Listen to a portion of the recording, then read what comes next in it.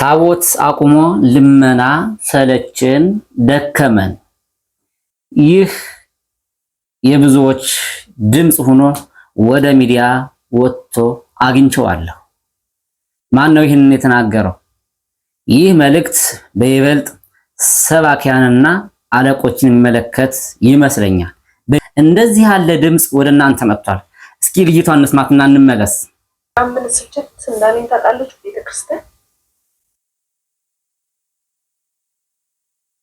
ለንግስ ቀን ማለት ነው። የንግስ ቀን ሲሆን ሁሌ ምዕመኑን አስተምራችሁ ጨርሳላችሁ። እዛ ፀሐይ ላይ በሐሩር የሆነ ፀሐይ ላይ ተገትረ ልመናት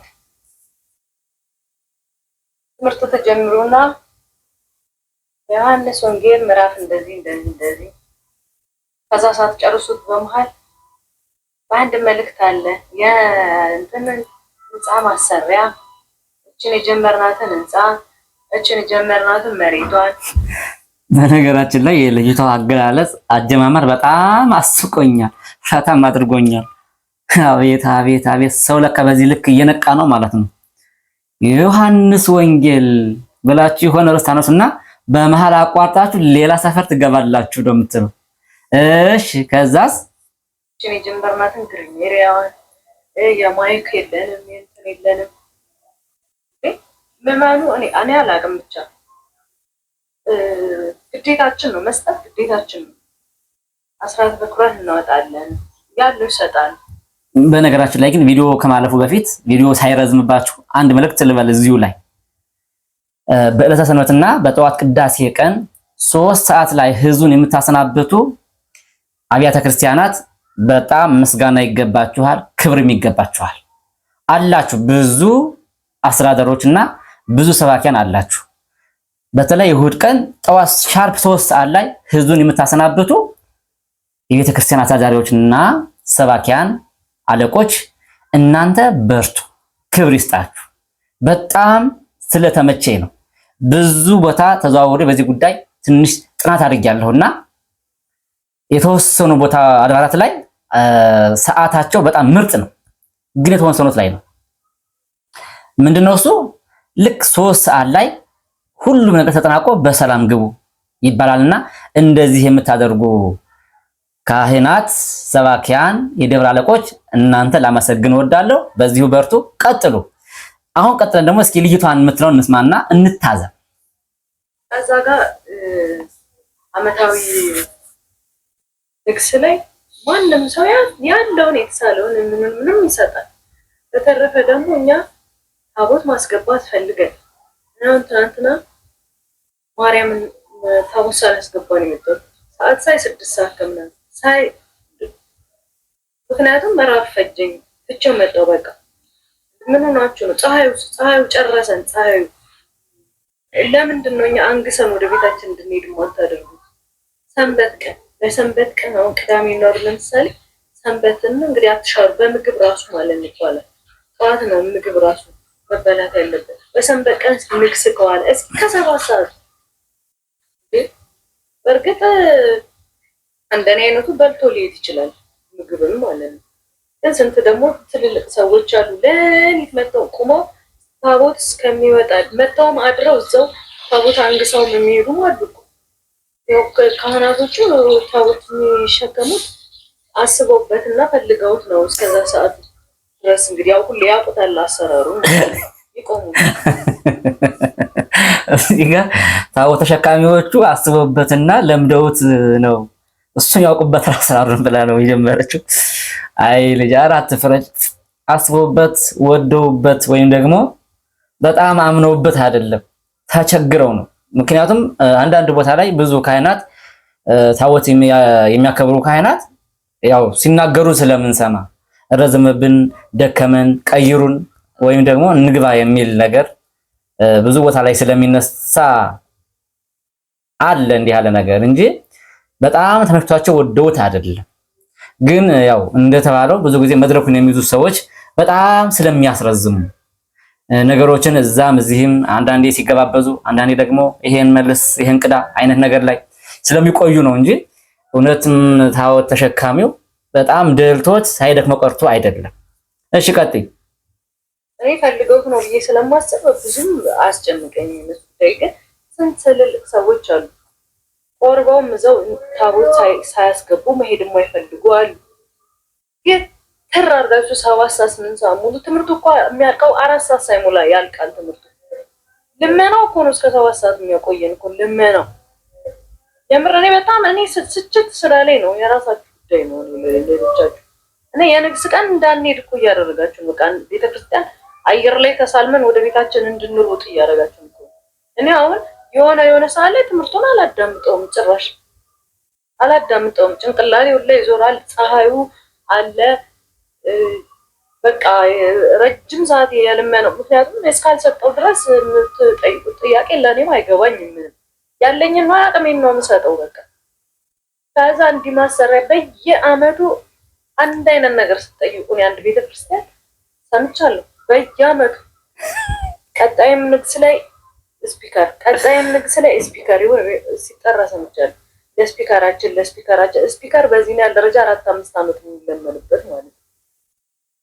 እና እየሰማችሁ እንደዚህ የምታደርጉ ሰዎች ራሳችሁን ታዘቡት፣ ገምግሙት። እንደዚህ የምታደርጉ ሰዎች ሁሌ በየአመቱ በየበዓሉ ጠብቃችሁ የስፒከር እያላችሁ የምትለምኑ ሰዎች እየሰማችሁ ግምት ውስጥ ገብታችኋል፣ ሚዛን ውስጥ ገብታችኋል።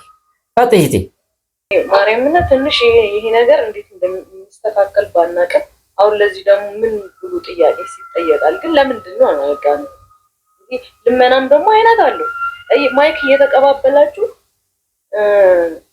መምራችን እከሌ ትንሽ ያስተምሩናል ትሉና ስትሰጡት እሱም ይቀጥልበታል።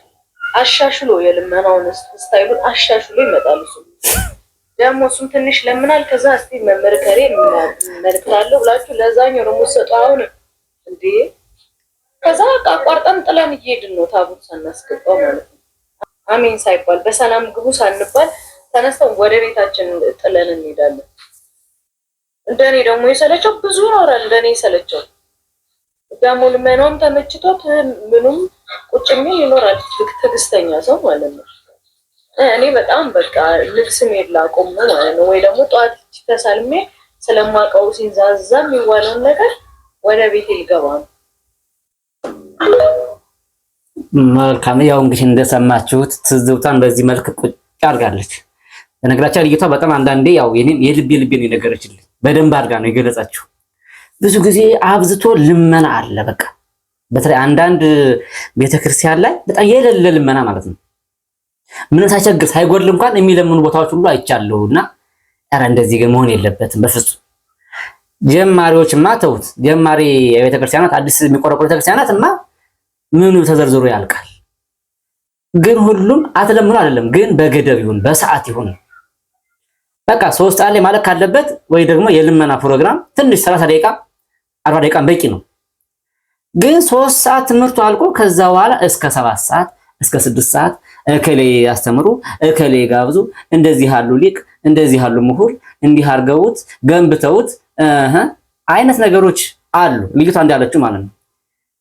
እንደዚህ የምታደርጉ ሰዎች ብታስቡበት መልካም ነው። በተለይ ግን ሰዓት ላይ 3 ሰዓት ላይ ማለት ካለበት በቃ ይለቅ። እሺ የንግስ ቀን እስከ 6ም ሊታለፍ ይችላል። ምክንያቱም ኦደትም ብዙ ነገር ስላለ።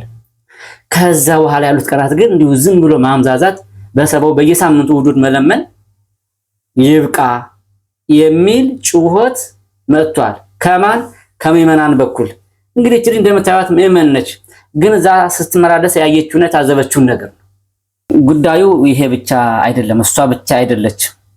ቤቷ ውስጥ ገባሁና ኮሜንቶችን ማየት ሞከርኩኝ እና አንዳንድ ኮሜንቶች እንደዚህ የሚሉ አየሁ።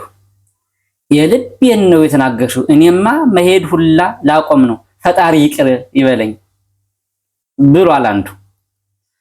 ከዛ እሷም ናለች መልሳ አይ ኧረ እየተሳለምንም ቢሆን እንመለሳለን እንጂ መሄድማ አናቆምም። ጎበዝ፣ መሆንም ያለበት እንደዛ ነው። ከዛ ደግሞ ሌላ በጣም የሚያስቀኝ ኮሜንት አይቻለሁ። እኔማ ገና ሲጀምሩት ጥየው ላሽ የሚገርመው በሰንበት አድኑ የሚል ከልመና በኋላ ነው ይላል ደግሞ አንዱ ኮሜንታተር ማለት ነው። ኧረ ሌላም ደግሞ አለ። ትክክል ነሽ፣ በጣም ሰልችቶኛል፣ ልጅ አዝዬ ስለመረረኝ ብዙ ጊዜ አልሄድም የሚልም አለ። ተመልከቱ፣ ይሄን ሐሳብ ስንት ሰው እንደሚጋራው ማለት ነው። የማይናገረውን ተውት፣ በሆዱ ይዞ ዝም የሚለውና ትንሽ እንትን እያለ ዝም የሚለውን እሱ አንቆጥረውም። ግን ደፍረው እዚህ ጋር ኮሜንት የሚጽፉትና ቪዲዮ የሚሰሩት ነው እኛ የምናየው። ከዛ ደግሞ አንዱ ምራል ተቀብሎ እና እንደኔ ቃሉን ሰምተሽ ላጣትም እንዴ ይላል። ብቻ ከባድ ነው ጎበዝ። ለማንኛውም እንደዚህ ያለ ጉዳይ ላይ ትንሽ ጠበቅ የምታደርጉ ሰዎች ለቀቅ አድርጉ፣ በሰዓት ልቀቋቸው፣ አይጨነቁ። ምክንያቱም በዛ ሰዓት ብዙ የሚጨነቅ ሰው አለ፣ የሚቸገር ሰው አለ፣ በቶሎ ቁርስ መውሰድ ያለበት ሰው ሊኖር ይችላል፣ ብዙ የጤና ችግር ያለበት ሰው አለና ያን ታሳቢ ተደርጎ ቶሎ በቃ መልቀቅ መልካም ነው። ሰውም ከዛ በደስታ ይመጣል። አሁን ለምሳሌ በየሳምንቱ እሑድ 3 ሰዓት ላይ የሚለቀቅ ከሆነ ሁሉም ሰው በቃ ሳይከፋው ሳይሰለቸው ደስ ብሎት መጥቶ በሰላም ግቡ ተብሎ እስከሚሄድ ድረስ ይጠብቃል። አሁን ግን በሰላም ግቡ አይደለም፣ ገና መሀል ላይ ነው ሁሉ አቋርጠው የሚሄዱና ትንሽ እንደዚህ ያለውን ጉዳይ ትኩረት ቢሰጥበት። እንደ ኦርቶዶክስ ብራም የለም ወይም ደግሞ ሀብታም የለም። ብዙዎቹ የሚያከራዩት ሞሎች አላቸው፣ ሱቆችም አላቸው። በሱ ያረጀ ቤተክርስቲያንም ማሰራት ይችላሉ። ግን ልመናን ፋሽን አድርገውታል ይላል። ይሄ ደግሞ ፈገግ ያደረገኝ ኮሜንት ነው። እውነት ግን ሰውዬ እንዳለው ከሆነ ህንፃ ያላችሁ ቤተክርስቲያናት ግን መለመን በፍጹም እንዴት ይሆናል?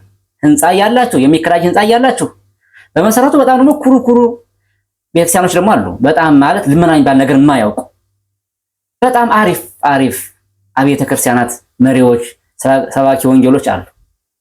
እነሱን አካትትም ይሄኛው ሐሳብ ማለት ነው። ግን ምንድነው በጣም አብዝተው የሚለምኑ ሁሌ በየቀኑ ይሄን አድርጉ ይሄን ግዙ የሚሉ የሚጨቃጨቁ፣ በዚህ የተነሳ የምዕመናን ሰዓት የሚበሉ አገልጋዮች አሉ ነው ዋናው ጥያቄ። አንዱ ደግሞ ምን አለ? ተፋፍረን እንጂ የሁላችንም ሐሳብ ነው ብሏል። ለማንኛውም እንደዚህ አይነት ሐሳቦች አሁን እየተነሱ ነው በየት ሚዲያ ላይ። ስለዚህ እንደዚህ በጣም የምታምዛዙ ሰዎች አስቡበት፣ አስተካክሉ። ልመና አይኖር ሳይሆን በመጠኑ አድርጉት። በቃ 4 ሰዓት ላይ ካለቀ የሌላው አገልግሎት ቢያንስ 30 ደቂቃ 40 ደቂቃ ከዛ በቃ በቂ ነው። ይሄ በንግስ ቀን ማለት በንግስ ቀን ሲሆን ለምሳሌ እስከ 4 ሰዓት ያለው ነገር ቢያልቅ ከዛ በኋላ ትንሽ አስተምራችሁ ደግሞ ልመናን በስሱ በመጠኑ እንጂ በየሳምንቱ በየወሩ በየንግሱ ይሄን ግዙ ይሄ ሞልቷል ይሄ ጎልዷል ይሄ ፈሷል እያላችሁ ህዝቡን አታጨናንቁት። አለቀ። ይሄ ነው። ስለዚህ አንዳንዴ ደፍሮ መናገርም ያስፈልጋል ማለት ነው። እንግዲህ ከብዙ ሰዎች መካከል ከብዙ ህዝብ መካከል እቺ ልጅ ነው ዛሬ እንግዲህ ያጋጠመኝ እንደዚህ አይነት ነገር ስታነሳ ማለት ነው። ግን ብዙ ሰው በግል ሲያወራ ሰማል። ብዙ ሰዎች ማለት ነው ረዘመብን ሰዓቱ ምን አለ ምናምን የሚባል ነገሮች አሉ። ከዚህ ሁሉ ለመዳን እጥር ስብስብ በሰዓት በቃ